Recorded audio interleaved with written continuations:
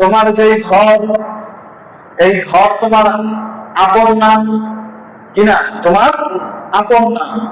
এই জমি তোমার না, এই ঘর তোমার না, এটা ছিল তোমার দাদার, এটা ছিল তোমার দাদার বাপের, পূর্বপুরুষদের ছিল, সেই সূত্রে তুমি পেয়েছো। কিন্তু তুমি ইন্তেকাল করবা, তুমি ইন্তেকালের সাথে সাথে 1 সপ্তাহ 2 সপ্তাহ পরে তোমার নামের যে দলিল সেটা ক্যান্সেল হয়ে যাবে, তোমার নাম ওখান থেকে মুছে যাবে, ওখানে তোমার ছেলে তোমার মেয়ের নাম লেখা হবে। তাহলে এই জমি তোমার না, এই ঘর তোমার না। তুমি কেন তোমার তোমার করো? তোমার ঘর তো সেই জান্নাত, তোমার ঘর আমি আল্লাহ রাব্বুল আলামিন তৈরি করে রেখেছি, বলেন না সুবহানাল্লাহ। তুমি তোমার ওই ঘরের চাবিটা তুমি তৈরি করে রাখো। কি করে রাখো? তৈরি করে রাখো। সেই দরজায় যদি গিয়ে আমরা আটকা পড়ে যাই, যেই রায়ান নামের দরজা আছে, 8টা জান্নাত, আল্লাহ রাব্বুল আলামিন যখন বান্দাকে দেখবে, বান্দার সব দিকে পরিপূর্ণ, ঈমান ঠিক আছে, আমল ঠিক আছে, সব কিছু ঠিক আছে, আল্লাহ রাব্বুল আলামিন জান্নাতের 8টা দরজা খুলে দিলে, বলেন না সুবহানাল্লাহ। আল্লাহ রাব্বুল আলামিন বলে, বান্দা তোমার 8 দরজার যেখান দিয়ে মনে চায় তুমি প্রবেশ করো, বলেন না সুবহানাল্লাহ। এই জন্য এই দুনিয়া, বাড়ি ঘর জমি কিছুই আমার না, পরের জায়গা পরের জমি ঘর বানাইয়া আমি নই, আমি তো সেই ঘরের মালিক। আমি কি সেই ঘরের মালিক? মালিক নাই। আমি আজকে ইন্তেকাল করলে আমার জায়গা অন্যজনে পূরণ করবে, আজ হোক কাল হোক, একদিন সেই জায়গাটা পূরণ হবে। কিন্তু আপনার আমার যেই জান্নাত, যেন আল্লাহ রাব্বুল আলামিন তৈরি করে রেখেছেন, সেটা যদি আপনার আমার নসিবে না হয়, তাহলে আফসোস ছাড়া কোনো উপায় নাই। আল্লাহ রাব্বুল আলামিন সমস্ত বান্দাদের জন্য নির্ধারিত একটি বাড়ি, নির্ধারিত একটা ঘর তৈরি করে রেখেছেন, বলেন না সুবহানাল্লাহ। সেই ঘরের নাম জান্নাত। ঘরের নাম কি? জান্নাত। আমরা রূহের জগতে যখন ছিলাম, তখন আমরা কোথায় ছিলাম? জান্নাতে। কোথায়? জান্নাতে ছিলাম। তারপর আল্লাহ রাব্বুল আলামিন আমাদেরকে জান্নাত থেকে দুনিয়ার জমিনে পাঠাইলেন, যে তোমরা রূহের জগতে জান্নাত দেখে গিয়েছো, তোমাদের জান্নাতে তোমাদের যে বাড়ি, এই বাড়িটি তোমাদের নিজস্ব করার জন্য, তোমাদের লিখিত দেওয়ার জন্য তোমাদেরকে আমি দুনিয়ার জন্য প্রেরণ করলাম। তোমরা আমল করে নেককার হয়ে তোমাদের এই জান্নাতের ঘর তোমরা বুঝে নিবা, বলেন না সুবহানাল্লাহ। যেন আল্লাহ রাব্বুল আলামিন বান্দাদের জন্য একটা জান্নাত তৈরি করে রেখেছেন। অসংখ্য অগণিত নবী রাসূলদের উম্মতদের জন্য আল্লাহ রাব্বুল আলামিন কি রেখেছেন? জান্নাত তৈরি করে রেখেছেন। কিন্তু আল্লাহ রাব্বুল আলামিন তার হাবিবের উম্মতের আগে কোন নবী রাসূলদের উম্মতদের জন্য জান্নাত দেবে না। একমাত্র শেষ নবীর উম্মত নবী মুহাম্মদ রাসূলুল্লাহ সাল্লাল্লাহু আলাইহি ওয়াসাল্লামের উম্মতের জন্য সর্বপ্রথম জান্নাত নির্ধারণ হবে, বলেন না সুবহানাল্লাহ। যেন আল্লাহ রাব্বুল আলামিন কোরআনে জান্নাতের পরিচয় দিয়ে দিয়েছেন। তোমরা জান্নাতে কি কি নিয়ামত পাইবা, তোমরা জান্নাতে কিরকম থাকবা, আমি তোমাদেরকে জান্নাতে কি কি নিয়ামত দিব। আল্লাহ রাসূল সাল্লাল্লাহু আলাইহি ওয়াসাল্লাম মেরাজে গিয়ে আল্লাহর নিদর্শন, জান্নাত, জাহান্নাম, লৌহ কলম সব কিছু কি করছেন? দেখে আসছেন। অন্যান্য নবী রাসূলরা তারা শুধু শুনেছে যে জান্নাত জাহান্নাম বলতে কিছু আছে, কিন্তু আমাদের কলিজার টুকরো নবী মুহাম্মদ রাসূলুল্লাহ সাল্লাল্লাহু আলাইহি ওয়াসাল্লাম তিনি নিজ চোখে দেখে এসেছেন। দেখে এসে বললেন, আল্লাহ আমি তোমাদের জন্য যে জান্নাত আল্লাহ তোমাদের জন্য বানায় রাখছেন, আমি সেই জান্নাত দেখে আসছি, এবং তোমাদের জন্য যে জাহান্নাম তৈরি করে রেখেছে সেই জাহান্নাম আমি দেখে আসছি। যে জান্নাতের সৌন্দর্য হলো শেষ নবীর উম্মতেরা জান্নাতে যাবে, এটাই হচ্ছে জান্নাতের সৌন্দর্য। মসজিদের সৌন্দর্য হচ্ছে মুসল্লি। মসজিদের সৌন্দর্য কি? মসজিদে মুসল্লি। মসজিদে আপনি যতই টাইলস লাগান, স্বর্ণ দেন, হীরা দেন, রূপা দেন, মুসল্লি না থাকলে সেই মসজিদের কোনো দাম নাই। যে মসজিদ ভাঙাচোরা কিন্তু মসজিদে মুসল্লি আছে, 5 ওয়াক্ত নামাজ পড়ার মুসল্লি হয়, ঘর পর মুসল্লি আজানের সাথে সাথে মুসল্লি মসজিদে চলে আসে, সেই মসজিদ হচ্ছে সৌন্দর্য। বলেন না সুবহানাল্লাহ। আল্লাহ রাব্বুল আলামিন জান্নাত দিবেন বলে দিয়েছেন। এখন কাদেরকে জান্নাত দিবেন, কির কারণে জান্নাত দিব, সেটাও কি আমাদের দেখতে হবে। আল্লাহ তাআলা কি বলেছেন? বিসমিল্লাহির রহমানির রহিম। ওয়াবাশশিরিল লাযীনা আমানু ওয়া আমিলুস সালিহাত। আল্লাহ রাব্বুল আলামিন বলেন, ওয়াবাশশিরিল লাযীনা আমানু, যারা ঈমান এনেছে। কি এনেছে? ঈমান এনেছে। ওয়া আমিলুস সালিহাত, এবং যারা সৎ কাজ করেছে, সুসংবাদ দিয়েছে। বলেন না সুবহানাল্লাহ। যারা ঈমান এনেছে, আল্লাহ রাব্বুল আলামিন এক, তার কোনো শরীক নাই, তিনি কাউকে জন্ম দেন না, তিনিও তার কাছ থেকে জন্ম গ্রহণ করে নাই। আল্লাহ রাব্বুল আলামিনের এই একাত্মবাদের যে সাক্ষ্য দিবে, ঈমান আনবে এবং ঈমান আনবে লা ইলাহা ইল্লাল্লাহু মুহাম্মাদুর রাসূলুল্লাহ, আল্লাহ রাসূল সাল্লাল্লাহু আলাইহি ওয়াসাল্লাম আল্লাহ তাআলার বান্দা এবং রাসূল, এই সাক্ষ্য যে দিবে তিনি কি? ঈমানদার। তিনি কি? ঈমানদার। এবং আল্লাহ রাব্বুল আলামিন বলেন, ওয়া আমিলুস সালিহাত, যারা সৎ কাজ করে। কি কাজ? সৎ কাজ করে। একজনের ঠকাই খাইলে কি আল্লাহ জান্নাত দিব? এটা সৎ কাজ। ঘুষ, সুদ, মানুষের হক মেরে খাওয়া, এগুলো সৎ কাজ না। আল্লাহ রাব্বুল আলামিন বলেছেন, ওয়া আমিলুস সালিহাত, এবং যারা সৎ কাজ করে। এবার আল্লাহ ঘোষণা দিচ্ছেন, আন্না লাহুম জান্নাতুন তাজরি মিন তাহতিহাল আনহার। বলেন না সুবহানাল্লাহ।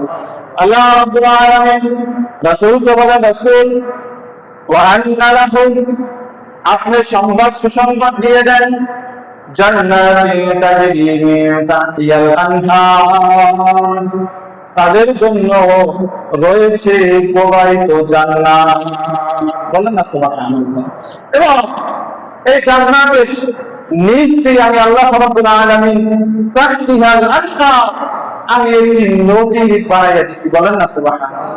যে বান্দা জান্নাতে আসবে, ওই নদীর হাওয়াতে তার কলিজা ঠান্ডা হয়ে যাবে। বলেন না সুবহানাল্লাহ।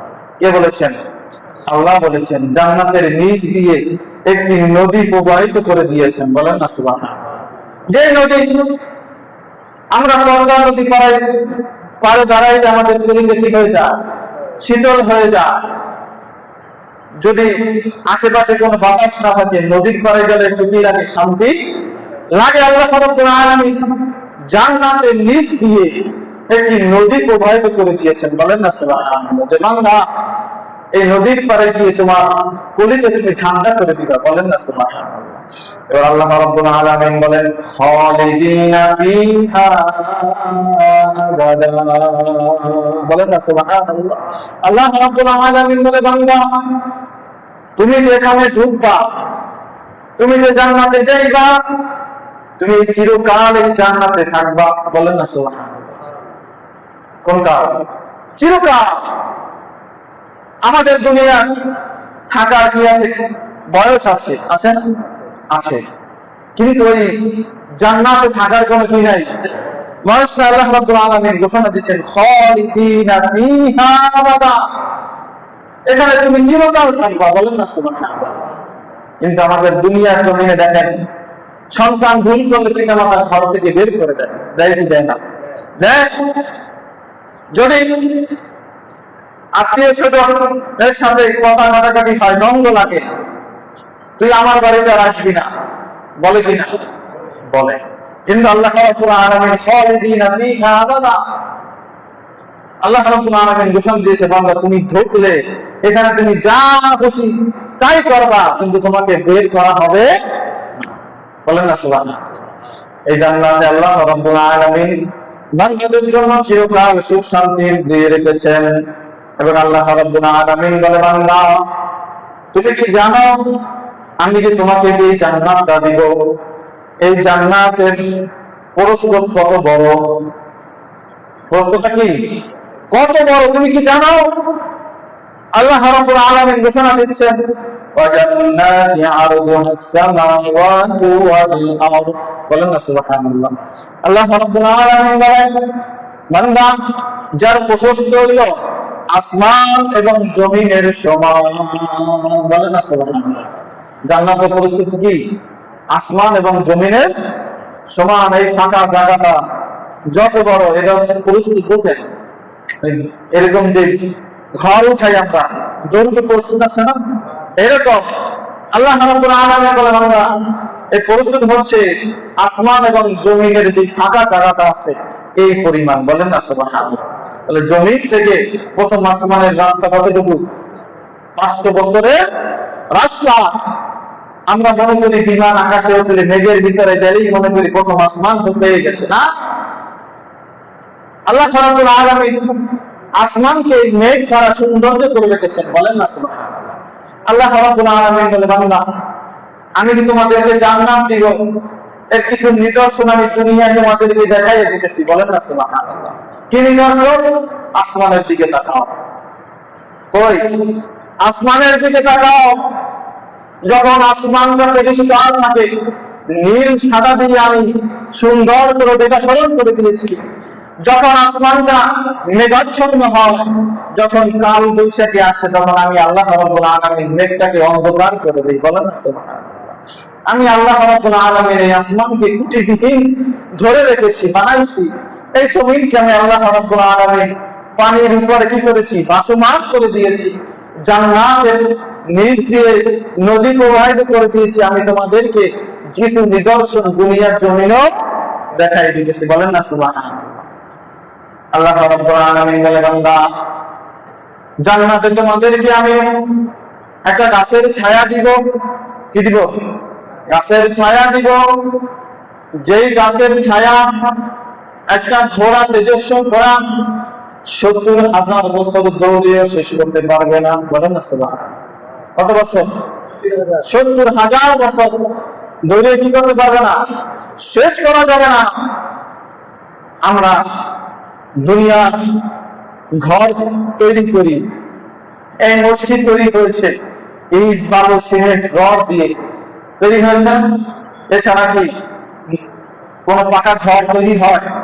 বলেন ঘর, রড লাগে, সিমেন্ট লাগে, ইট লাগে, বালু লাগে। এরপরে এর মিশ্রণ দিয়ে একটা বিল্ডিং কি হয়? তৈরি হয়। আল্লাহ রাব্বুল আলামিন বলে বান্দা আমি তোমাদের জন্য যে জান্নাত তৈরি করে রেখেছি সেই জান্নাত হচ্ছে প্রত্যেকটা ইট রূপা দিয়ে। বলেন না সুবহানাল্লাহ। আবার কিছু কিছু জায়গায় স্বর্ণ দিয়ে বানাই রাখছি। বলেন না সুবহানাল্লাহ। কিছু কিছু জায়গায় হীরা ইট দিয়ে আমি জান্নাত তৈরি করে রাখছি। বলেন না সুবহানাল্লাহ। মণিমুক্তা দিয়ে জান্নাত তৈরি করে রেখেছি। বলেন না সুবহানাল্লাহ। আমরা দুনিয়া মানুষের সৌন্দর্য ডিজাইন দেখে মসজিদের যে ডিজাইন করা হয় সৌন্দর্য চিকচিক চিকচিক করে, যে ঝাড়বাতি লাগালে কি হয়? সুন্দর লাগে। আল্লাহ রাব্বুল আলামিন বলে বান্দা এই কিন্তু নিদর্শন আমি মাত্র দেখাচ্ছি। বলেন না আসল নিদর্শন তো জান্নাতে আছে। আমি যে জান্নাত দিব কিছু নিদর্শন না দেখাইলে তোমরা তো বুঝবা না যে আল্লাহ রাব্বুল আলামিন জান্নাতটা যে দিবে কিভাবে দিবে, কিরকম হবে। এই নিদর্শন আল্লাহ রাব্বুল আলামিন এই দুনিয়ার জমিনে কিছু দেখাচ্ছে। বলেন না সুবহানাল্লাহ। আল্লাহ রাব্বুল আলামিন বলেন বান্দা তোমার যে ঘর, এই ঘর তোমার আপন না কিনা? তোমার আপন না। এই জমি তোমার না, এই ঘর তোমার না। এটা ছিল তোমার বাবার, এটা ছিল তোমার দাদার বাপের, পূর্বপুরুষদের ছিল। সেই সূত্রে তুমি পেয়েছো, কিন্তু তুমি ইন্তেকাল করবা। তুমি ইন্তেকালের সাথে সাথে 1 সপ্তাহ 2 সপ্তাহ পরে তোমার নামের যে দলিল সেটা ক্যান্সেল হয়ে যাবে, তোমার নাম ওখান থেকে মুছে যাবে, ওখানে তোমার ছেলে তোমার মেয়ের নাম লেখা হবে। তাহলে এই জমি তোমার না, এই ঘর তোমার না। তুমি কেন তোমার তোমার করো? তোমার ঘর তো সেই জান্নাত, তোমার ঘর আমি আল্লাহ রাব্বুল আলামিন তৈরি করে রেখেছি, বলেন না সুবহানাল্লাহ। তুমি তোমার ওই ঘরের চাবিটা তুমি তৈরি করে রাখো। কি করে রাখো? তৈরি করে রাখো। সেই দরজায় যদি গিয়ে আমরা আটকা পড়ে যাই, যেই রায়ান নামের দরজা আছে, 8টা জান্নাত, আল্লাহ রাব্বুল আলামিন যখন বান্দাকে দেখবে, বান্দার সব দিকে পরিপূর্ণ, ঈমান ঠিক আছে, আমল ঠিক আছে, সব কিছু ঠিক আছে, আল্লাহ রাব্বুল আলামিন জান্নাতের 8টা দরজা খুলে দিলে, বলেন না সুবহানাল্লাহ। আল্লাহ রাব্বুল আলামিন বলে, বান্দা তোমার 8 দরজার যেখান দিয়ে মনে চায় তুমি প্রবেশ করো, বলেন না সুবহানাল্লাহ। এই জন্য এই দুনিয়া, বাড়ি ঘর জমি কিছুই আমার না, পরের জায়গা পরের জমি ঘর বানাইয়া আমি তো সেই ঘরের মালিক। আমি কি সেই ঘরের মালিক নাই? আমি আজকে ইন্তেকাল করলে আমার জায়গা অন্যজনে পূরণ করবে, আজ হোক কাল হোক, একদিন সেই জায়গাটা পূরণ হবে। কিন্তু আপনার আমার যেই জান্নাত যেন আল্লাহ রাব্বুল আলামিন তৈরি করে রেখেছেন, সেটা যদি আপনার আমার নসিবে না হয়, তাহলে আফসোস ছাড়া কোনো উপায় নাই।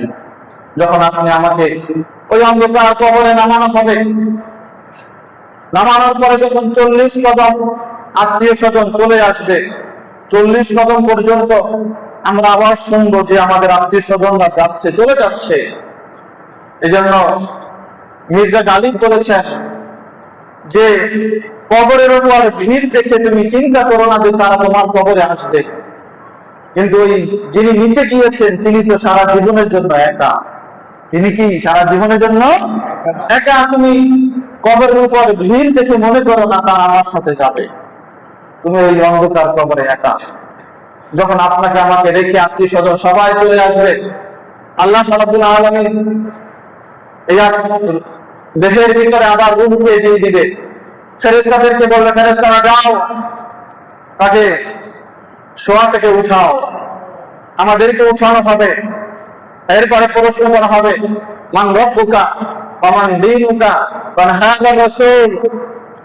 কিন্তু দেখেন আল্লাহ রাব্বুল আলামিন ওই কবরের প্রশ্ন কি করে দিয়েছেন, ফাঁস করে দিয়েছেন যে বান্দা 3টা প্রশ্ন করা হবে, এটা আমি ফাঁস করে দিলাম। কিন্তু দুনিয়ার জন্য যে পরীক্ষা চলে, স্কুল কলেজের যে পরীক্ষা চলে, তারা কি পরীক্ষার আগে কি প্রশ্নপত্র ফাঁস করে দেয় না?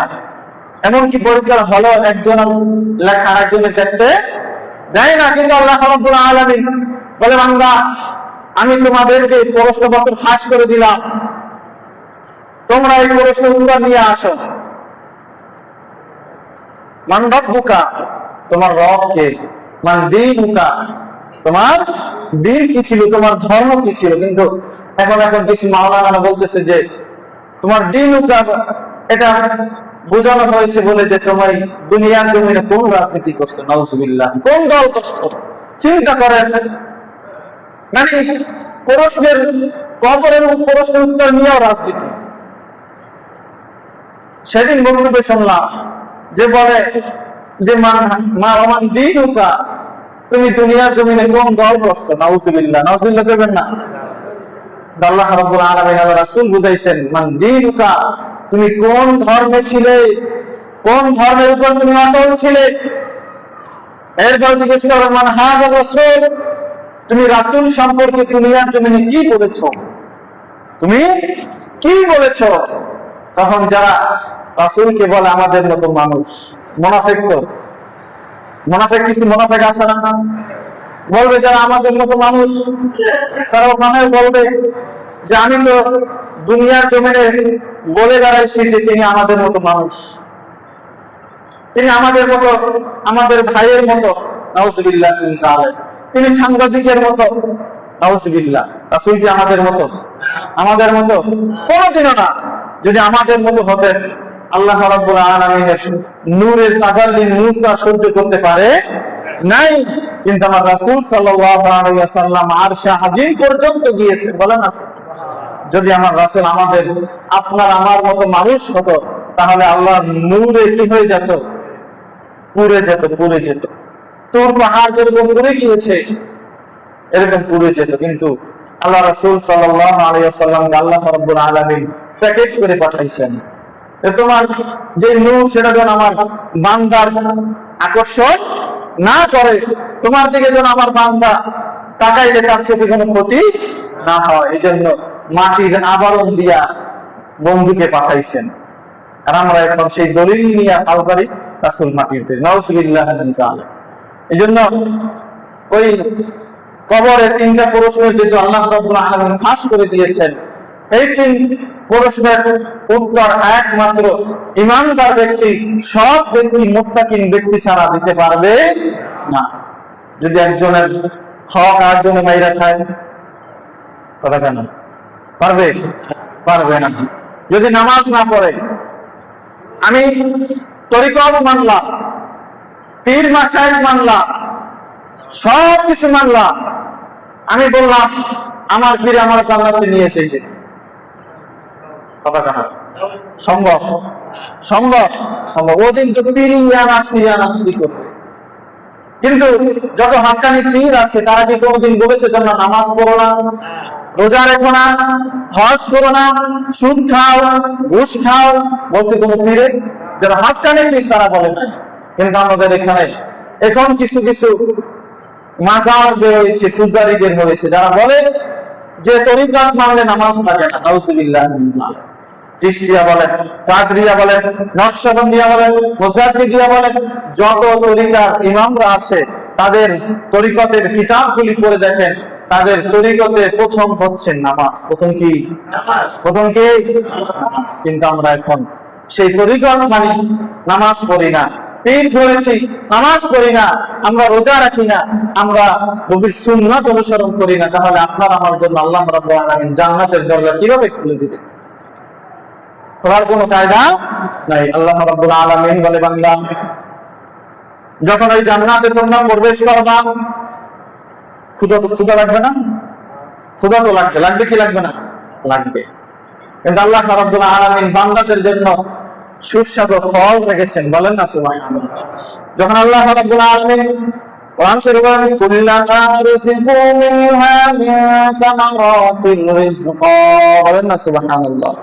তখন আল্লাহ রাব্বুল আলামিন বলবেন যে বান্দা যখন তোমাদেরকে ক্ষুধা লাগবে, তোমার কি লাগবে? ক্ষুধা লাগবে, তখন তোমাদের সামনে আমি আল্লাহ রাব্বুল আলামিন ফেরেশতাদের মাধ্যমে ফল পাঠাবো। কি পাঠাইবো? ফল পাঠাইবো।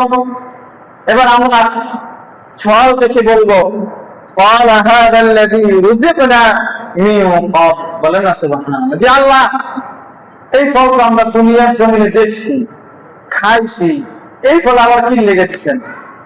কি করো? প্রশ্ন করো। ক্বালু হাযাল্লাযী, আল্লাহর কাছে প্রশ্ন করো, রুজিকনা মিন ক্বাব, এই ফল তো আমরা আগে দেখছি, এই ফল তো আমরা খাইছি দুনিয়ার জমিনে, তাহলে এই ফল কেন দিয়েছেন? আল্লাহ রাব্বুল আলামিন বলে, বান্দা দুনিয়া তোমাদেরকে আমি নিদর্শন দেখাইছি, তোমাদের যে জান্নাতের ফল হবে এটার সামান্য একটু সুস্বাদু তোমার মুখে লাগানোর জন্য আমি দুনিয়ায় দিয়েছি। আর আল্লাহ রাব্বুল আলামিন বলে, বান্দা জান্নাতের যে ফল তুমি একটু খেয়ে দেখো না কত সুস্বাদু, বলেন না সুবহানাল্লাহ।